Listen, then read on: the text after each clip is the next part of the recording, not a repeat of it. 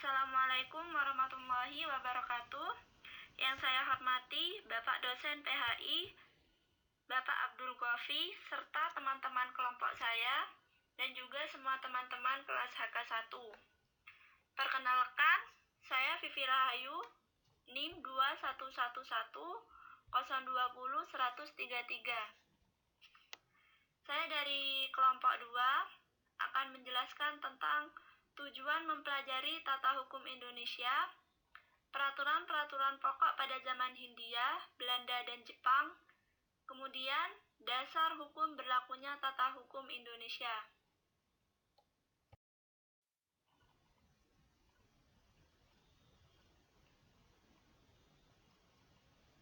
Pembahasan pertama yaitu tujuan mempelajari tata hukum Indonesia.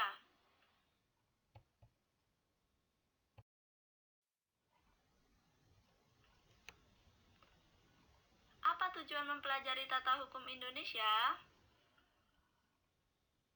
Menurut Samidjo, tujuan mempelajari tata hukum Indonesia adalah mempelajari hukum yang mencangkup seluruh lapangan hukum yang berlaku di Indonesia, baik itu hukum yang tertulis maupun hukum yang tidak tertulis.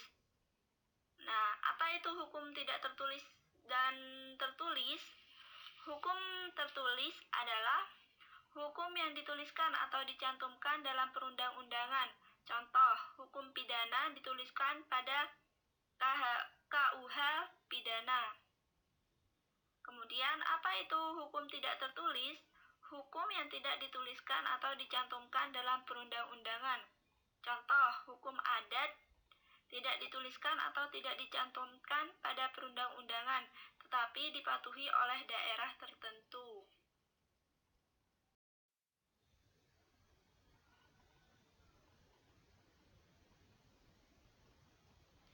Pembahasan kedua, yaitu peraturan-peraturan pokok pada zaman Hindia, Belanda, dan Jepang.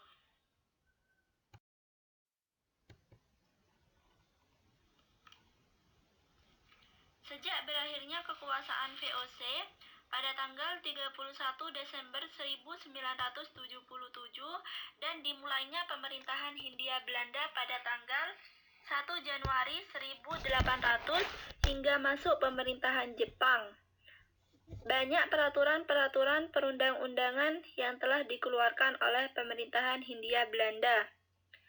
Pokok peraturan pada zaman Hindia Belanda. Yang pertama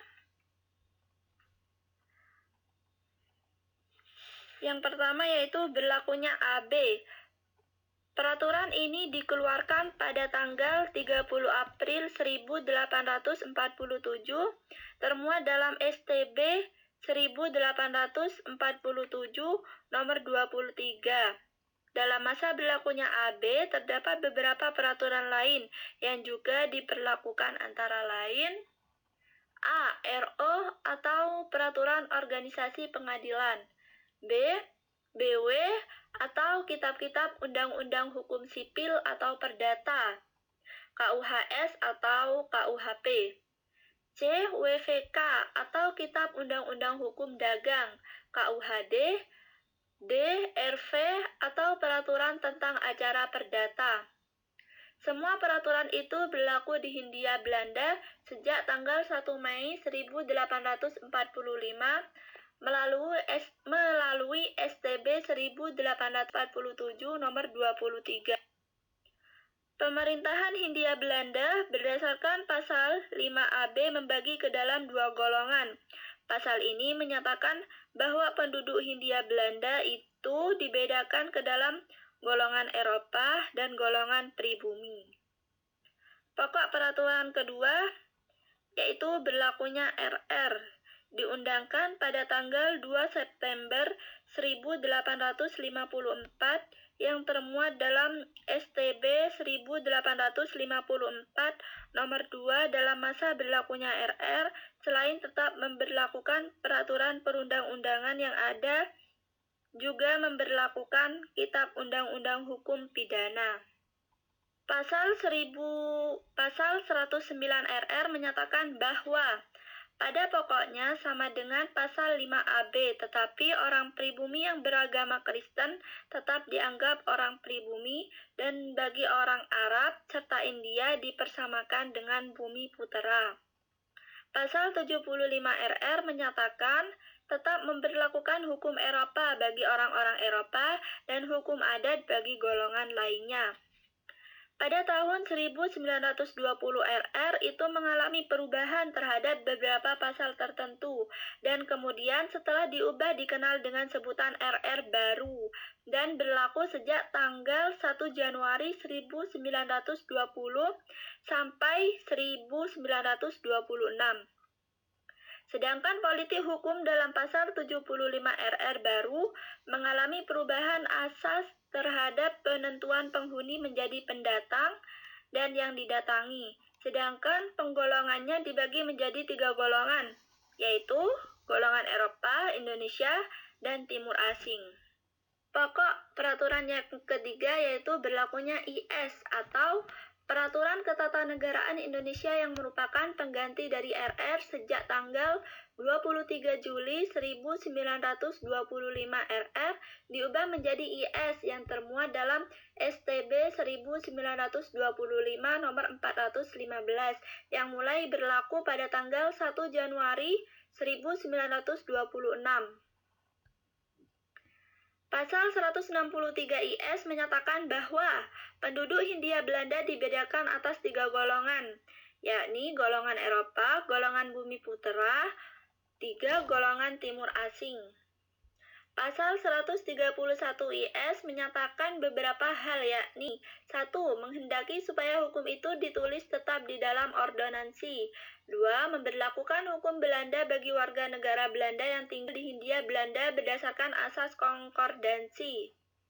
3. Membuka kemungkinan untuk unifikasi hukum, yakni menghendaki penundukan bagi golongan bumi putera dan timur asing untuk tunduk kepada hukum Eropa. 4. Memberlakukan dan menghormati hukum adat bagi golongan bumi putera apabila masyarakat menghendaki demikian.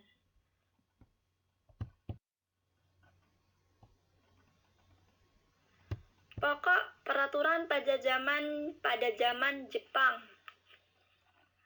Pada tanggal 9 Maret 1942, Jepang masuk ke Indonesia dan menghalau penjajah Belanda. Jepang hadir di Indonesia dengan memproklamirkan propaganda kemerdekaan. Jepang memproklamirkan yaitu bahwa Indonesia boleh mengibarkan bendera merah putih dan menyanyikan lagu kebangsaan.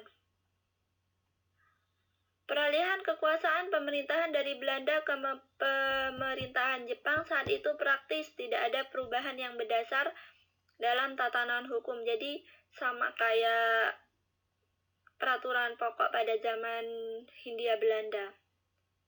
Penguasaan militer Jepang orang disebut Osamu Seirei nomor 1 tahun 1942, yakni dalam pasal 3 menetapkan bahwa semua badan-badan pemerintahan dan kekuasaannya, hukum dan undang-undang dari pemerintahan yang dulu tetap diakui untuk sementara waktu, asal saja tidak bertentangan dengan aturan pemerintahan militer.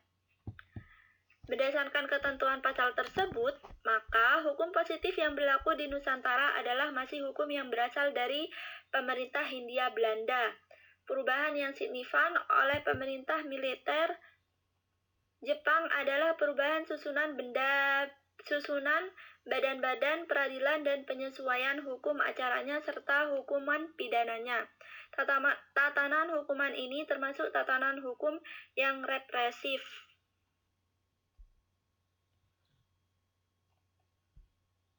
Lanjutan terakhir yaitu pembahasan ketiga tentang dasar hukum berlakunya tata hukum Indonesia.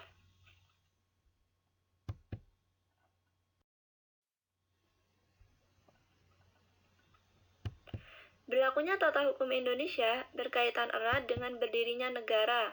Dalam konteks ini, Negara merupakan salah satu bentuk organisasi sosial yang dibentuk untuk mencapai tujuan tertentu dengan melakukan pengorganisasian sosial melalui hukum negara yang dilaksanakan oleh lembaga-lembaga negara. Negara Republik Indonesia merupakan organisasi yang dibentuk oleh masyarakat atau bangsa Indonesia. Dengan demikian, masyarakat dan bangsa Indonesia yang menetapkan tata hukumnya. Pendirian negara Republik Indonesia melalui perjuangan dengan merebut kemerdekaan dari pemerintah kolonial Belanda. Demikian pula, tata hukum Indonesia dibangun melalui perjuangan, apalagi wilayah Indonesia terdiri dari kepulauan yang dipisahkan oleh lautan, sehingga membentuk tata hukum Indonesia dengan corak yang khusus sebagai warga kepulauan.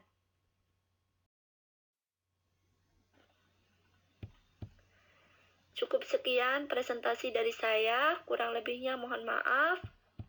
Semoga berkah dan semoga bermanfaat. Wassalamualaikum warahmatullahi wabarakatuh.